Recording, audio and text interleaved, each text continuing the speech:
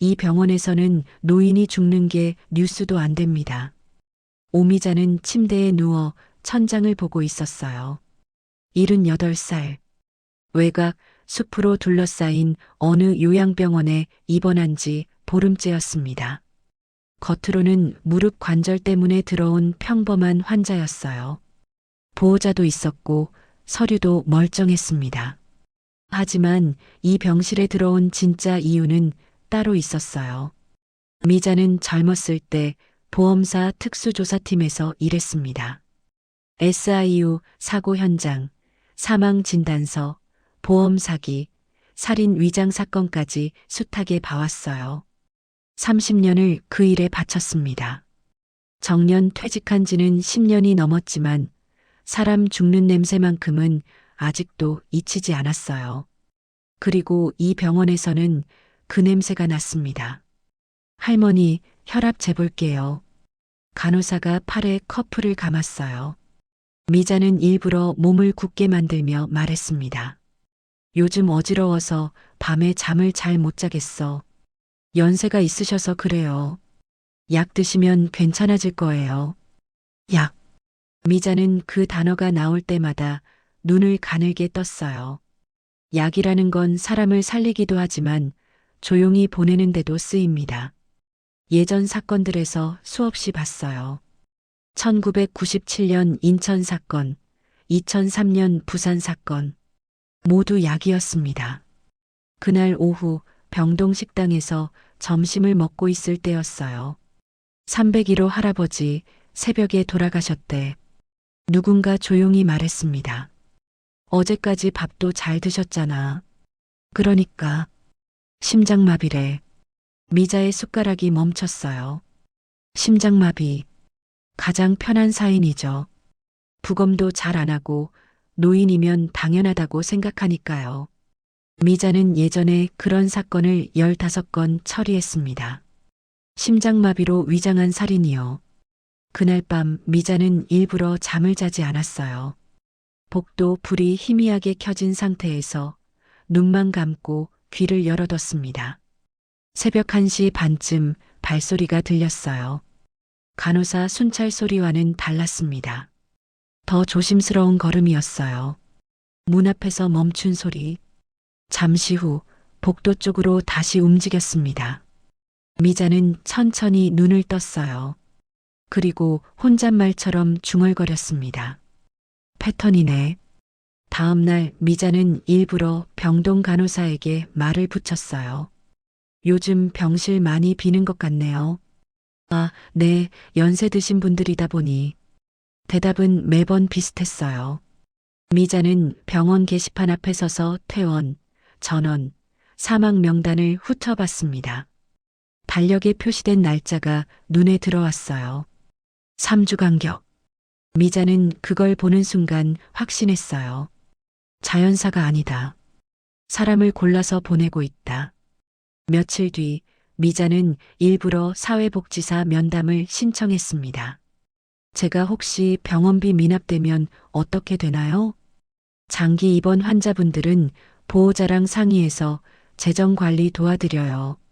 집 담보대출이나 복지재단 연계도 해드리고요. 담보대출. 그 단어를 들은 순간 미자의 심장이 빨라졌어요. 보험이 아니라 채권 구조라면 얘기가 달라집니다. 예전에도 봤어요. 병원, 요양원, 사채, 가족 공모. 죽어야 돈이 굴러가는 구조였습니다. 미자는 2004년에 그런 사건 하나를 처리한 적이 있었어요. 경기도 모 요양원에서 할머니 5명이 석 달 사이에 죽었습니다. 모두 집을 담보로 대출받은 분들이었어요. 사인은 전부 자연사였지만 미자가 파고들자 드러났습니다. 원장이 약물을 조절해서 죽음을 앞당긴 거였어요. 그때 미자는 혼자 증거를 모았습니다. 석 달 동안 요양원에 위장 취업해서요. 마지막에 원장이 체포됐을 때 미자는 아무 말도 하지 않았어요. 그냥 조용히 나왔습니다. 언론 인터뷰도 거절했어요. 영웅이 되면 다음엔 영웅 놀이만 하게 돼. 난 그런 거 싫어.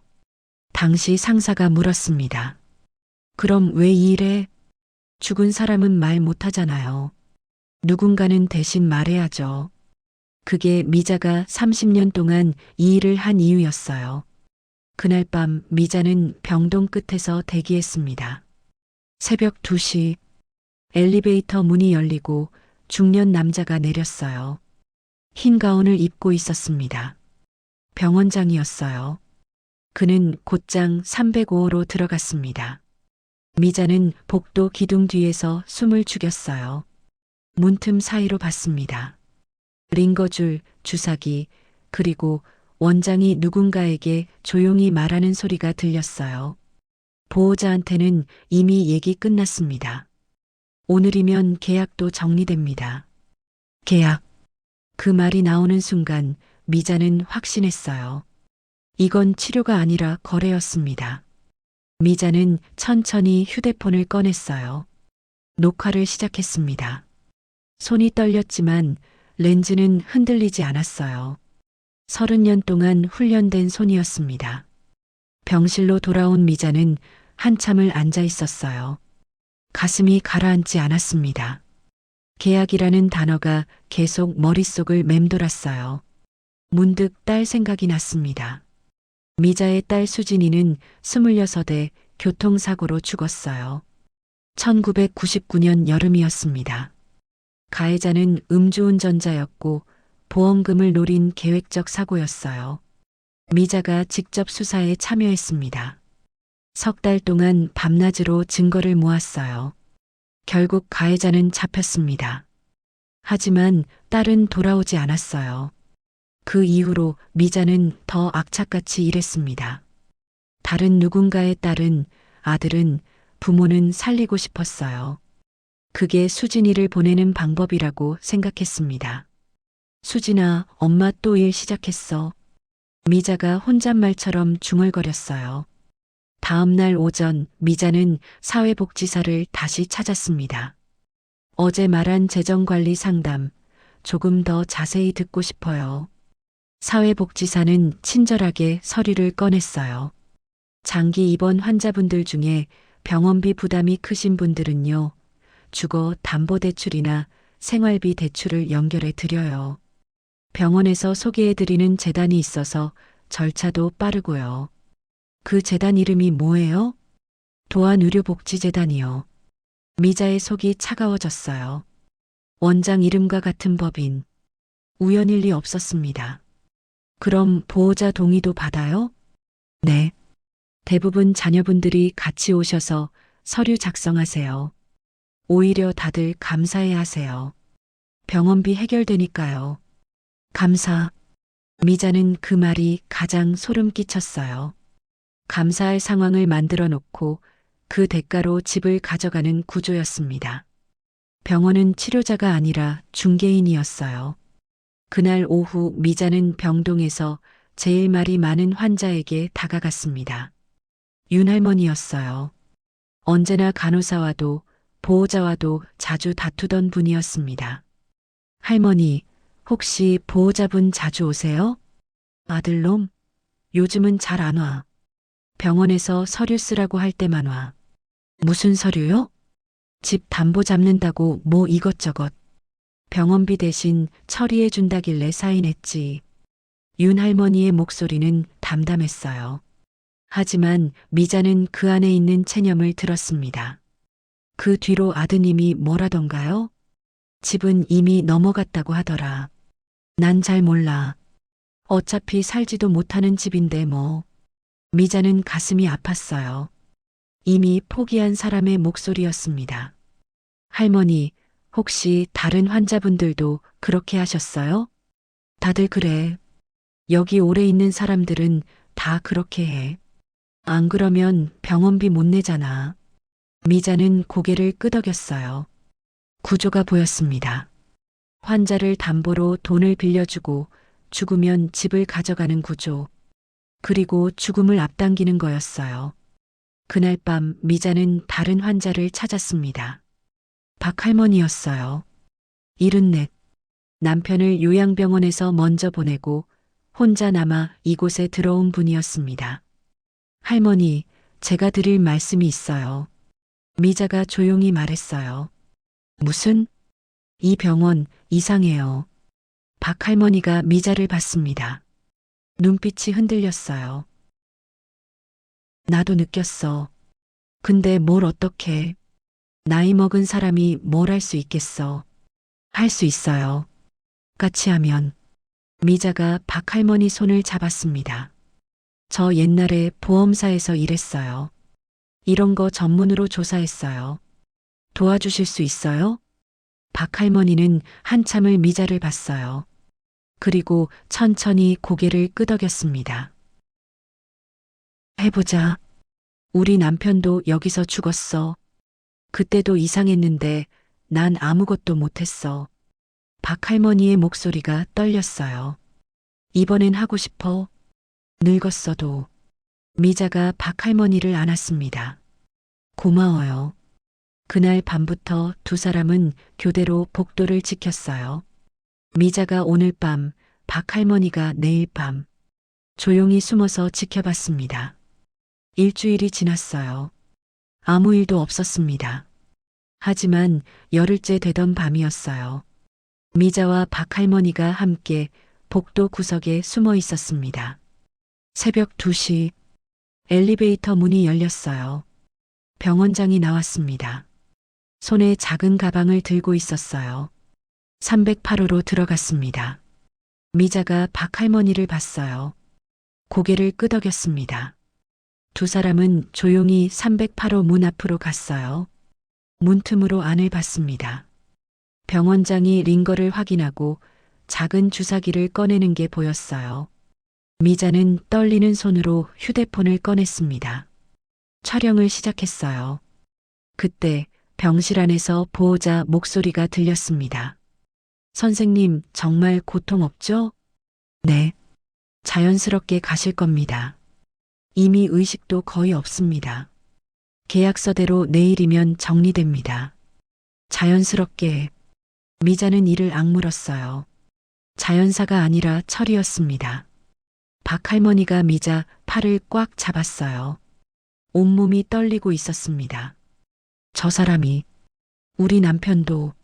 미자가 박 할머니를 안았어요. 이제 잡을 거예요. 꼭.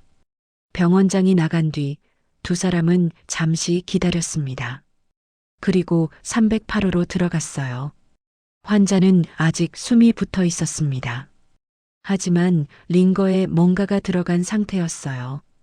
지금 옮기면 살 수 있어요. 미자는 링거를 뺐습니다. 산소 마스크를 다시 씌웠어요. 박 할머니가 호출벨을 눌렀습니다. 환자 이상해요. 빨리 와요. 간호사들이 달려왔어요. 환자는 응급실로 옮겨졌습니다. 그날 밤 병원은 뒤집어졌어요. 원장이 병동에 내려와 소리쳤습니다. 누가 환자 건드렸어? 그 얼굴에서 처음으로 통제되지 않은 분노가 보였어요. 미자는 그 표정을 보며 조용히 말했습니다. 이제 판이 흔들리기 시작했네. 다음 날 아침 미자는 예전 동료에게 전화를 걸었어요. 나야. 오미자. SIU에 있었던 선배님? 어떻게? 지금부터 내가 하는 말 잘 들어. 요양병원에서 담보대출 사망 연계 구조 돌아가고 있어. 법인명은 도안의료복지재단. 조회 가능해? 잠시 침묵이 흘렀어요. 그 재단, 이미 금융 쪽에서 몇 번 이름 나왔던 곳이에요. 노인 대상 고금리 담보대출. 사망 시 채권 회수 빠른 걸로 악명 높았어요. 증거는 있어. 영상도 찍었어. 이제 경찰이랑 금감원 동시에 움직여야 해. 선배님이 직접? 응. 마지막이야. 이번이. 전화를 끊고 미자는 아들에게도 전화했습니다. 준호야, 엄마야. 엄마, 무슨 일이에요? 경찰 좀 불러줄 수 있어? 지금 바로. 갑자기 왜요? 병원장이 환자 죽이고 있어. 증거 있어. 빨리 와. 준호는 한참 말을 잇지 못했어요. 엄마, 그게 무슨. 설명은 나중에 할게. 일단 와. 2시간 후 경찰과 금융감독원 조사팀이 동시에 병원에 들어왔습니다. 병동은 순식간에 통제 구역이 됐어요. 간호사실과 원장실, 재단 사무실까지 전부 봉인됐습니다. 환자들은 하나둘 다른 병원으로 옮겨졌어요.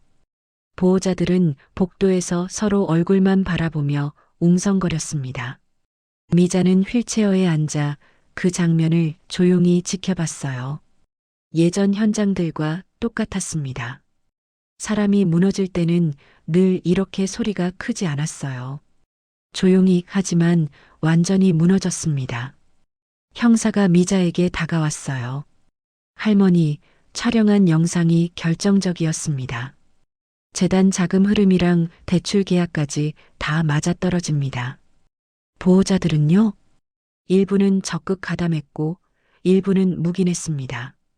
병원비 부담 때문에 계약했다는 진술도 나왔습니다. 미자는 한숨처럼 웃었어요. 다들 각자 이유는 있었겠죠. 근데 사람을 팔아넘기는 이유는 될 수 없어요. 그때 병원 로비에서 소란이 났습니다. 수갑찬 병원장이 경찰에 둘러싸여 나왔어요. 흰 가운은 벗겨지고 손에는 서류 가방도 없었습니다. 그는 마지막까지 아무 말도 하지 않았어요. 변명도 분노도 없었습니다. 그 표정이 오히려 더 소름 끼쳤어요. 끝까지 관리자처럼 행동하는 얼굴이었습니다. 미자는 그를 똑바로 바라보다가 시선을 거뒀어요. 끝까지 사람을 숫자로 본 얼굴이네. 그날 밤 병원은 사실상 문을 닫았습니다. 환자들은 전원 조치됐고 보호자들은 조사를 받기 위해 따로 불려나갔어요. 박 할머니는 미자의 손을 꼭 잡고 말했습니다. 할머니, 우리 남편도 이제 편히 쉴 수 있겠어요. 박 할머니가 울었어요. 고마워요. 정말. 미자가 박 할머니를 안았습니다. 나도 고마워요.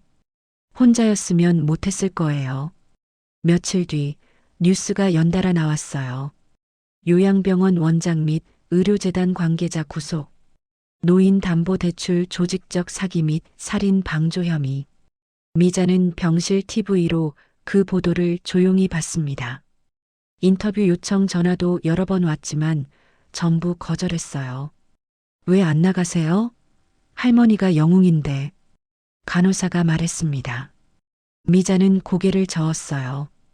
영웅이면 또 누군가는 내 말만 믿고 누군가는 또 이용하려 들 거야. 난 그런 얼굴로 살고 싶지 않아. 며칠 후 미자는 퇴원했습니다. 아들 준호가 병원 앞으로 차를 가져왔어요. 엄마, 진짜 그동안 무슨 일 있었던 거예요? 뉴스 보고 나서야 알았어요. 이제 알면 됐어. 더 캐묻지 말고. 차가 출발했어요. 미자는 창밖을 봤습니다. 병원 간판이 점점 멀어졌어요. 이제 다시는 돌아오지 않을 장소였습니다. 집에 도착한 미자는 오래 비워둔 거실을 천천히 둘러봤어요. 예전 그대로였습니다. TV, 낡은 소파, 벽에 걸린 가족 사진. 사진 속에서 수진이가 웃고 있었어요. 26살 때 찍은 마지막 사진이었습니다. 수진아, 엄마 또 해냈어. 미자가 사진을 쓰다듬었어요. 내가 죽고 나서 엄마는 계속 이런 일 했어. 누군가의 딸을, 아들을, 부모를 살리는 일. 그게 너한테 미안한 마음 조금이라도 덜어내는 방법이었어. 미자의 눈에서 눈물이 떨어졌어요. 근데 이제 그만하려고. 이번이 마지막이야. 엄마도 이제 쉬고 싶어? 그날 밤 예전 동료에게서 메시지가 왔습니다. 다시 같이 일할 생각 없냐? 이런 건 아직 내가 제일 잘한다. 미자는 잠시 화면을 바라보다가 답장을 보냈어요. 이제 그만할게. 이번엔 진짜 마지막이었어. 고마웠어. 다음 날 미자는 동네 공원에 나가 벤치에 앉았습니다. 햇빛이 따뜻하게 내려앉았어요. 옆 벤치에서는 노인들이 장기를 두고 있었고 멀리서는 아이들 웃음소리가 들렸습니다. 아무 일도 없는 오후였어요. 그게 미자가 원하던 풍경이었습니다. 다음엔 사람 살리는 일 말고 그냥 사는 일이나 해야겠네. 미자는 천천히 일어나 집으로 걸어갔어요. 이제 다시 아무도 모르는 평범한 노인으로 살아가기 위해서요. 하지만 적어도 이번엔 도망치지 않았습니다. 그날 밤 미자는 수진이 사진 앞에서 한참을 앉아 있었어요. 수진아, 엄마 이제 진짜 쉴게. 너도 이제 편히 쉬렴. 바람이 불었습니다. 커튼이 흔들렸어요. 마치 수진이가 대답하는 것 같았습니다. 잘했어, 엄마. 미자는 눈을 감았어요. 평화로웠습니다.